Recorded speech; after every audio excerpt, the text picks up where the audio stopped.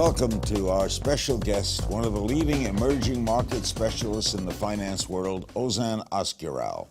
Having spent over 10 years as an investment banker focusing predominantly on emerging markets financing, Ozan is now the co-founder and managing partner of Tanto Capital Partners, a global opportunities fund and advisory firm. He's in the process of launching with his business partner, Ibrahim Taher. Given his experience in this field, we want to talk about the future of emerging markets with Ozan, touching on both the challenges and opportunities surrounding this region, how geopolitics plays a role in the way emerging markets operate, and what this means when it comes to the availability of financing in these jurisdictions. You were born in Turkey, right? That's and right. live in London. In London. Okay. How did you get into this field?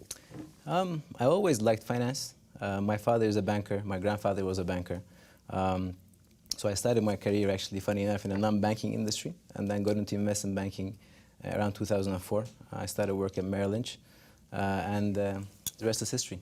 Why did you decide to go on your own? Well, what happened after post-Lehman in 2008 is that we've been seeing a lot of pullback of capital from investment banks in terms of the kind of deals that we were used to doing. So before Lehman and after Lehman is obviously quite two distinct, different worlds that we used to live in. So after 2008, slowly but surely, we've seen investment banks willing yet unable to finance the kind of transactions that we've been used to doing within emerging markets. And what you currently have right now is that a lot of the deals that we do, which are quite intricate for the development of those countries, focusing on oil and gas and infrastructure, get financed via private capital instead of investment banking. And this is referred to as shadow banking. So we thought, my partner Ibrahim Taher, who unfortunately couldn't be here today, and we decided to basically launch this franchise because we wanted to basically capture the opportunity that exists in this market for funds and for advisory firms like ours in order to capture the business opportunities. Was working with Merrill Lynch beneficial? Absolutely, of course. Did you take to it right away? I did. I started my career in the principal investments and financing, so the quasi-private equity side of the firm. Obviously, when you're a junior guy, it takes you a long time to get to be in front of clients and to basically work with the principals in different jurisdictions. But I mean, my years in Merrill, we invested and executed transactions of over $48 billion in different jurisdictions, so absolutely. How old are you? Just about to turn 35. You're really young in this field, right? Well, there are a lot of young in this field, aren't there? It tends to be a young industry, and it's just because I think people burn out after a while. You travel, you must travel a lot. I travel all the time. So you're based in London, right? I'm based in London. What we are doing is also setting up an office in Istanbul as well, and looking to get into joint venture agreements within Asia and Latin America. So when we talk about emerging markets, what do we mean? Who are the emerging markets? I think it's a great question, because people often refer to emerging markets as just one broad brushstroke, saying this is emerging markets and there it is. But the reality is the countries within emerging markets differ significantly from each other. At one end of the spectrum, we have the famous BRICS, so Brazil, Russia, India, China. With the exception of Brazil and Russia, for obvious reasons recently, those countries actually obviously command a lot of the GDP growth within emerging markets Russia, globally. India, China. Russia, India, China, and Brazil, in particular China and India. Just India and China combined is 2.5 billion people. And then you have countries that are referred to as rapid growth markets, like Mexico and Turkey, who they don't command the same population numbers, but they do have a very transparent and investor-friendly business environment, who basically are forecast to drive growth in the world over the next 5 to 6 years. And then at the other end of the spectrum, you have what we call the frontier emerging markets, such as Nigeria, Ethiopia, Tanzania, and certain Latin American countries, where the risk-reward balance is actually pretty desirable for a lot of the investors out of Western Europe and US. So the spectrum is huge. And actually, within those countries, I would love to talk about a few of those that we think are quite hot and we think that will make a big difference into the world. Within Latin America, we think Mexico is the rising star. Mexico has just passed, over the past year and a half, 11 very significant structural reforms, especially in energy and telecoms that basically allow private capital to come into these fields. And those reforms were not easy. In emerging markets, what you tend to find is that a lot of the reforms that need to get done are delayed because of political pressures, local political concerns. And Mexico has been very brave and have implemented these reforms over the past year and a half. And as a result, you see a lot of investor money going into Mexico, in particular in Latin America. So what you do is you find people to invest in these markets, right? We do. We find opportunities. And what we do is we basically match the opportunities, the capital, and the execution capabilities, and basically execute transactions. And your clients come from where? All around the world. We are not focused on any particular jurisdiction. We are a global institution. However, we do think that a lot of the opportunities are within certain asset classes and sectors, namely oil and gas, infrastructure, metals and mining, and financials. So therefore, we tend to be pretty much skewed towards emerging markets, heavily skewed towards emerging markets. But to give you an idea, so Mexico is basically a country of target for us. Within what we call the emerging Europe, we think Turkey is a very, very big target. I mean, this is why we're opening our office in Turkey as well. Turkey has gone through a tectonic shift in the reforms over the past 10 years. They opened up, they've implemented the kind of policies that investors find very friendly, investor-friendly effectively, and it offers a very transparent market and basically yield enhancements that investors out of the US, for example, are normally unable to get within the US markets. Yeah. We'll be right back with Ozan after this. We're back with Ozan Azquiral. He is a partner in Tanto Capital, a global opportunities fund and advisory firm. What does Tanto mean? Tanto means abundance in Latin. Really? It does. Yes, we actually talked about the name for a long time with Ibrahim, and he came up with the name. And the last TO also represents our surnames, Tahir and Azquiral. But now, when you start something like this, you leave Merrill Lynch. How do you get started? How do you get your first client? Actually, after Merrill Lynch, I'd worked for 2 years for a Russian investment bank called VTB Capital, where I used to run the Turkish business. And how you get started is basically you do not want to be doing this or attempt to be doing this in a half-hearted manner. So you and your partner, you have to be aligned 100% in terms of your ambitions and your vision. The macro story has to lend itself to what you're trying to do. And when all the stars align, you just basically have to stick your neck out and basically go for what you think is going to be where the value proposition is. Because Larry, effectively, none of what we do can happen unless you present some sort of inherent value proposition to your clients. Through our connections in the market, through our connections within investment banking, we have access to transactions, we have access to capital, we have access to talent, and because of what's going on in the world post-Lehman, we have deal flow. So have you taken clients from that you made connections with your other firms? The beautiful thing is that we are not a competitor to investment banks. We tend to complement them. So whereas investment banks now can mainly focus on more plain vanilla, more straightforward transactions in the jurisdiction, they still need the riskier piece of the puzzle to come and basically get on board to be able to execute the transaction. So it may very well be the case that a Merrill Lynch or a VTB provides the senior financing, and then we come and do the mezzanine, the more riskier financing, and then get these transactions done. When you learn of a deal, you learn of something, let's say Mexico, you have a client that you take it to. Give me how the process works. Well, in this case, the process is a little different.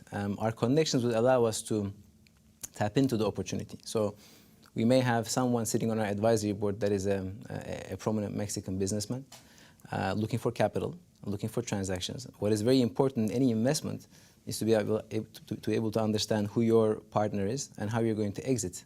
So we bring the capital, we will evaluate the opportunity based on obviously the circumstances, and we don't necessarily go and look for the clients as such, but we do have our network, our global network allows us to tap into the opportunities that come our way. How long have you been in business? We're just setting up. Just starting? Just starting. It's been about 2 months since we have officially incorporated, and we're looking to do our official launch within the first couple of months of the new year. Do you have to be well capitalized to start this?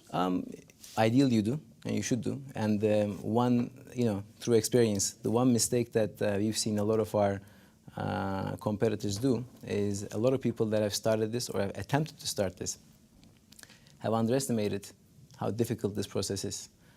They left their jobs to thinking that they would be able to just basically get capital and then get the transactions and basically just wishful thinking that everything would actually work well. Some didn't get lucky, so therefore they went out of business. So what was very important for both Ibrahim and I in doing this was to basically to make sure that we do have sufficient capital to go forward with. You make money by getting a percentage of the transaction. A percentage of the upside of the transaction, that's right. So basically we provide a certain return to our investors and then we have upside sharing with those investors. Is it difficult dealing with communist countries? China is communist. Isn't that harder to deal with than Mexico? It's not very easy, but you see, every jurisdiction has a certain way of doing business. And I'm glad that you asked that question because, again, talking about China in particular, what we are seeing as part of the whole emerging markets growth is that a lot of these countries are becoming much more prominent and are opening up to business versus how they were previously. I mean, right now, within the past G20 meetings, US and China are actively pursuing their own policies in terms of how to manage Asia. Now, Obama is trying to get the Trans-Pacific Partnership idea in place, whereas China is pushing for the Asian Infrastructure Investment Bank route. Both are excluding each other. But the reality is, when you take a look at a region like Asia, for example, where just to be able to finance the investments that Asia needs over the next 10 years, you're looking at $8 trillion, right? So when you have this kind of amount of money in play and the necessity to be able to execute transactions, countries like China, they have to open up. I worked a lot with Russia, and Russia in particular right now is going through quite an interesting time. They have their own certain way of doing business. African countries have a certain way of doing business. And each jurisdiction have their pros and their cons. But how do you learn all that? Through experience, through executing transactions in different jurisdictions. I mean, you can never learn this quickly. Do you deal with the oligarchs? We do. Okay. What are oil prices? Now, oil's gone down, right? Oil has gone down. So what does that do to the markets that have oil? Absolutely. It does a lot of things to markets that have oil and markets that don't. The decline in oil prices arguably is the most important financial and geopolitical event that has happened in the second half of the year. All in all, a lot of the oil importing countries in the world obviously benefit. The oil exporters are the losers out of this. The question is, why has oil prices gone down? Why? And it's a combination of the fact that the growth in the world is slowing down a little bit, especially China. The US dollar is rising, and because of the US shale gas and oil boom, there's an oversupply in the world. However, when you look at different jurisdictions, you see clear winners and losers. For example, a country like Turkey is a clear winner because it's a very high net energy importer. A country like Russia is a clear loser because obviously its economy is dependent very heavily on oil and gas revenues. You look at countries like Saudi Arabia, who used to be the swing producers within OPEC. And recently, a couple of days ago, they concluded their OPEC meeting and they decided not to cut production, citing the fact that the US now is a big enough oil producer to affect supply. So therefore, there's a lot of geopolitical tensions going on around oil as well. So the question is, how low can it go? And we'll talk about geopolitics when we come back. We're back with Ozan Kural. He and his partner, Ibrahim, am I pronouncing it right? Ibrahim Tahir. Tahir. They have launched Tonto Capital, which will boom in 2015, right? Yes, take off. That's the idea. And we'll be hearing much about it, we hope. Absolutely. Geopolitics. You have to deal with the politics of the situation, right? I mean, geopolitics impact the entire planet, especially emerging markets. I mean, if you take a look around what's happening right now, around let's just pick Middle East, for example. ISIS. You have the Iraqi Kurdish, local battles. You have Russia that have basically annexed a part of Ukraine. In Africa, you have Boko Haram. In Asia, you have the territorial battles with China and its neighbors. So therefore, it's impossible for these things not to affect business overall. So doesn't that make people, when you see ISIS and all these things, fearful of investments? Well, it depends on how much they know emerging markets, and this is a part of the reason why there is an opportunity within emerging markets for institutions and private capital such as ours. Yes, there's a risk, and risk is not really a bad thing as long as you can manage it and you can mitigate it. Certain jurisdictions obviously have it worse. You talk about ISIS and what's going on in that jurisdiction. You have to be able to read the situation quite well to understand how that impacts, oil production, how that impacts infrastructure investments, how that impacts certain countries around, where you're doing business. And if you're not able to read those situations, of course, it's actually quite scary. But the reality is, with the very low rates and the yields that investors are getting out of US and Europe, you still see a lot of capital inflow into emerging markets despite these problems that you see with geopolitics. You got to be pretty sharp to do what you do. You have to know what you're talking about, basically. Your family, they support you through this? Of Your course. father was Always. in banking, right? Always. Did you learn a lot from him? I did when I was growing up. Absolutely. We actually traveled the world with him. And the reason why we ended up moving to London back in 1991 was because of him. Did you have a natural affinity for finance? I always did. I always knew that I wanted to be in finance since I was a kid. When you were a whiz kid, what subjects did you do well in? Math? I mean, normally people always ask that question: math, finance, Economics? Economics, absolutely. Wow. Do you train others? I do.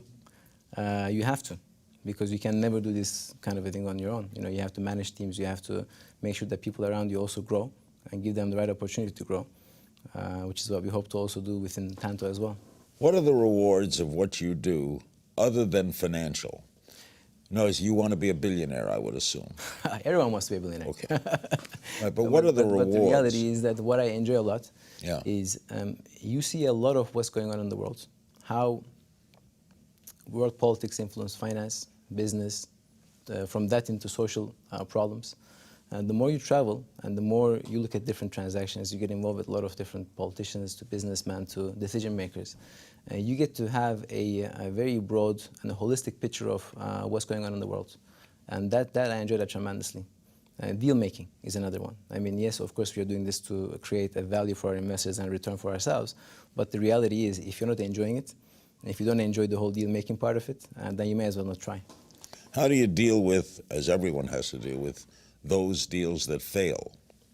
Well, you have to understand that you can never get them all 100% correctly. But what you do have to do is to make sure that you have a very healthy pipeline. And so you're working on more than one transaction at a go to make sure that you overall create the kind of returns that you are promising your investors. But again, in terms of the kind of jurisdictions that we target and what we do, you have to really understand geopolitics. You have to really understand financing. You have to really understand how it all links into different parts of the world. And to give you an idea, we're looking at certain jurisdictions, looking to set up in certain jurisdictions. Why have we preferred Turkey over, say, Dubai? Because Turkey brings a certain positivity to the kind of deals that you want to do. They have made the right structural reforms, similar to Mexico, within our jurisdiction. Now, if we did not know this market well, and if we were just basically doing it blindly, then we would have been indifferent. We could have done Dubai, we could have done some other places. So, how is all this affected by the new technology? Well, technology is, I think, is a driver of the kind of assets that you're looking at. So we talked about oil and gas.